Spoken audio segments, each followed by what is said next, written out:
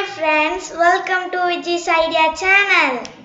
Hi friends, இன்னைக்கு நம்ம சளி இருமலை போக்கக்கூடிய ஒரு கசாயம் தான் பார்க்க போறோம். இது குழந்தைங்க முதல் பெரியவங்க வரை எல்லாருமே நம்ம இந்த கசாயத்தை யூஸ் பண்ணலாம். இந்த 5 ஹெர்பல்ஸ்மேவும் நம்ம வீடுகளில் எல்லார் வீடுகள்லையும் கண்டிப்பாக வளர்க்க வேண்டிய ஹெர்பல்ஸ். அதில் என்னென்ன ஹெர்பல்ஸ் நம்ம பார்க்க போகிறோம் அப்படின்னா துளசி, குப்பைமேனி, தூதுவளை, ஓமவல்லி, ஆடுதொடாய் இலை.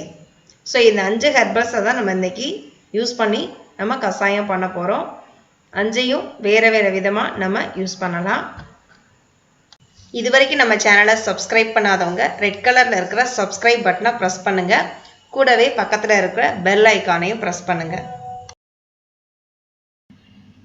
இப்போ பார்க்குற மூலிகை துளசி, பேசில் சொல்லுவாங்க. இதில் நிறைய டைப் இருக்குது. கருந்துளசின்னு சொல்லுவாங்க, லக்ஷ்மி துளசி. அதாவது கருந்துளசி ராம் துளசி, கிருஷ்ணா துளசி, லக்ஷ்மி துளசி, இந்த மாதிரி நிறைய வெரைட்டி இருக்குது. இப்போ நம்ம பார்க்குற மூலிகை அந்த துளசி என்ன வெரைட்டி அப்படின்னா லக்ஷ்மி துளசி. இது கண்டிப்பாக நம்ம வீடுகளில் வளர்க்கணும். வளர்த்தா தினம் 2 இலையை சாப்பிட்டுட்டு வந்தோம் அப்படின்னா சளி தொண்டையில் உள்ள சளியே நமக்கு எப்பயுமே இருக்காது. டெய்லி ரெகுலராக ஃபாலோ பண்ணிட்டு வந்தோம் அப்படின்னா 2 இலை அதிகமாக தேவையில்லை, 2 இலை சாப்பிட்டுட்டு வந்தாலே போதும். அடுத்து நம்ம பார்க்க போகிற மூலிகை குப்பைமேனி. இது ரோட் சைட்லலாம் இருக்கும். நல்லா பார்த்துட்டு போனோம் அப்படின்னா நம்ம ரோட் சைடில் போகும்போதே பார்த்துட்டு போனோம் அப்படின்னா இந்த குப்பைமேனி செடிகள் நிறையாவே இருக்கும் நமக்கு. ஸோ இது ரொம்ப மெடிசினல் வேல்யூ உள்ளது. நமக்கு அதோட வேல்யூ தெரியல. இது இந்த சொறி, சிரங்கு, அந்த அரிப்பு அந்த மாதிரி இருக்கலாம். இந்த இதை நல்லா தோலில் ஸ்கின்ல அப்ளை பண்ணலாம். சளிக்கு அதை விட ரொம்பவே நல்லா கேட்கும். ஒரு 10 இலை போட்டு தண்ணியில் கொதிக்க வச்சு, இது கசப்பு தன்மையில கொடுக்கக்கூடியது கிடையாது, கொஞ்சம் விழுவிழுப்புன்னு இருக்கும். ஸோ அதுக்கு நம்ம அப்படியே குடிக்கிறதுனால குடிக்கலாம். இல்லை அப்படின்னா குழந்தைங்க விரும்பலை அப்படின்னு சொன்னால் கொஞ்சம் நாட்டு சக்கரை அல்லது பனங்கற்கண்டு சேர்த்து கொடுக்கலாம். அடுத்து நம்ம பார்க்கக்கூடிய மூலிகை தூதுவளை. ஸோ தூதுவளையை நம்ம நிறைய வழிகளில் நம்ம செஞ்சு சாப்பிட்லாம். அதாவது தூதுவளை துவையல் செஞ்சு சாப்பிட்லாம், ரசம் வச்சு சாப்பிடலாம். ரசத்தில் கொஞ்சம் இலைகளை போட்டு நம்ம கொதிக்க வச்சு சாப்பிடலாம். அடுத்து இதை நம்ம நார்மலாகவே கஷாயத்துக்கு ஒரு 4-5 இலை சேர்த்து, அதாவது இது கொஞ்சம் ஹீட் அதிகமாக ஆக்கக்கூடியது. பாடி ஹீட் ஆகும். ஸோ அதனால் அதிகமாக எடுத்துக்க வேணாம். நம்ம சளி இருந்தது அப்படின்னா ஒரு 3 நாளைக்கு தொடர்ந்து எடுத்துக்கோங்க. பாடி ஓவராக ஹீட் ஆகிடும். ஸோ இதோட பூக்கள் பர்பிள் கலரில் இருக்கும். இதை ஐடென்டிஃபை பண்ணுறதுக்கு இலை கொஞ்சம் டிஃப்ரெண்ட்டாக இருக்கும். நமக்கு நார்மலாக இலையை விட கொஞ்சம் டிஃப்ரெண்ட்டாக இருக்கும். கண்டங்கத்திரி இலை, ஸோ இதெல்லாம் ஒன்று போல் இருக்கும். இது பர்பிள் கலரில் பூக்கும்.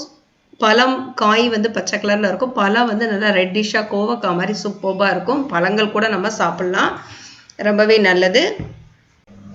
இதுவே சளி தொந்தரவாக நல்லாவே நீக்கும் நமக்கு. ஸோ ரொம்பவே நல்லது. ஸோ இதையும் நம்ம வீட்டில் வளர்க்கலாம். இந்த பழங்களை லைட்டாக பிசைஞ்சு விட்டு செடிகளில் ஒரு தொட்டியில் போட்டிருந்தோம் அப்படின்னா அந்த பழம் கிடச்சிச்சின்னா போட்டு விட்டு நம்ம வளர்த்தோம்னா சீக்கிரம் செடி வந்துடும் நமக்கு. இந்த பழங்களில் உள்ள விதைகள்லையே நமக்கு பழம் வந்துடும், செடி வந்துடும்.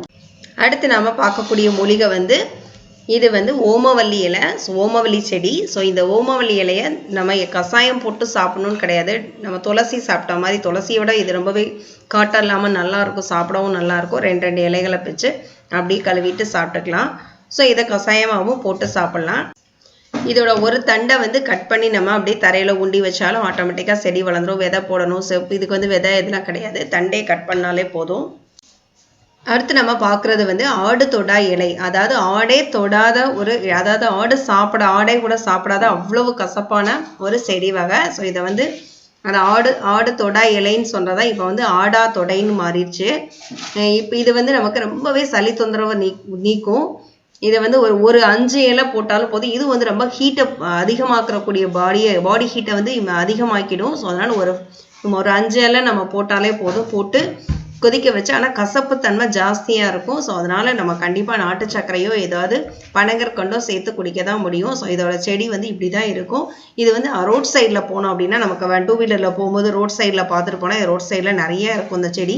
ஸோ நமக்கு இதுவும் ரொம்ப மெடிசினலானது. இப்போ நம்ம இந்த ஹெர்பல்ஸ் அந்த 5 ஹெர்பலோட இலைகளை எடுத்திருக்கோம். இது துளசி இலை எப்படி இருக்கும்னு பார்த்துக்கோங்க. இது நார்மலாக நமக்கு எல்லாருக்குமே தெரியும். அடுத்து ஓமவல்லி இலை. ஸோ இதுவும் கசாயத்துக்கு யூஸ் பண்ணுறதுக்கு தான் நம்ம எடுத்திருக்கோம். அடுத்து பார்த்துக்கிறது குப்பைமேனி இலைகள். ஸோ குப்பைமேனி இலைகள் கொஞ்சம் அழகாக இருக்கும் பார்த்தாலே. அடுத்து இது வந்து தூதுவளை இலை. ஸோ தூதுவளை இலை எப்படி இருக்கும் அப்படிங்கிறத நம்ம ஐடென்டிஃபை பண்ணிக்கோங்க. இது வந்து ஆடுதொடை இலை. ஸோ ஓகே, இப்போ நம்ம வந்து கஷாயம் பண்ண ஆரம்பிக்கலாம். இதுக்கு வந்து நான் இப்போ வந்து 3 ஹெர்பல்ஸ் மட்டும்தான் போட போகிறேன். துளசியும், ஓமவல்லி, அடுத்து தூதுவளை, இது 3 மட்டும் போட்டு நம்ம கஷாயம் பண்ணிக்கலாம். மற்றதெல்லாம் தனித்தனியாக யூஸ் பண்ணிக்கலாம். ஏன்னா ஹீட் அதெல்லாம் ஜாஸ்தியாக இருக்கிறதுனால கொஞ்சம் துளசி போட்டிருக்கேன். ஸோ அதோட வந்து 3 ஓமவல்லி இலையை நம்ம என்ன பண்ணிக்கலாம், அதில் கிள்ளி போட்டுக்கலாம். 3 இலை 2 இலை, ஸோ அது கணக்கு இல்லை நமக்கு. ஒரு 3 இலை போட்டாலும் ரொம்ப காட்டம்லாம் இருக்காது நமக்கு. தூதுவளை வந்து ஒரு 5 இலை மட்டும் போட்டுக்கிறேன். அடுத்து வந்து இதோட வந்து ஒரு 200 ml வந்து வாட்டர் சேர்த்துக்கலாம். இதை வந்து 50 ml வந்து நம்ம சப்ரஸ் பண்ண வைக்கணும். வாட்டர் வந்து நல்லா பாயில் பண்ண வச்சு, அதாவது 4 பங்குல 1 பங்காக வந்து வத்துற அளவுக்கு நம்ம வச்சுட்டு இதை வந்து நம்ம ஃபில்டர் அவுட் பண்ணி நம்ம கஷாயமாக நம்ம யூஸ் பண்ணிக்கலாம். ஸோ இப்போ 4ல் 1 பங்காக நமக்கு வந்து சப்ரஸ் ஆயிடுச்சு. ஸோ இதை வந்து நம்ம ஃபில்டர் அவுட் பண்ணிக்கிறேன் நான்.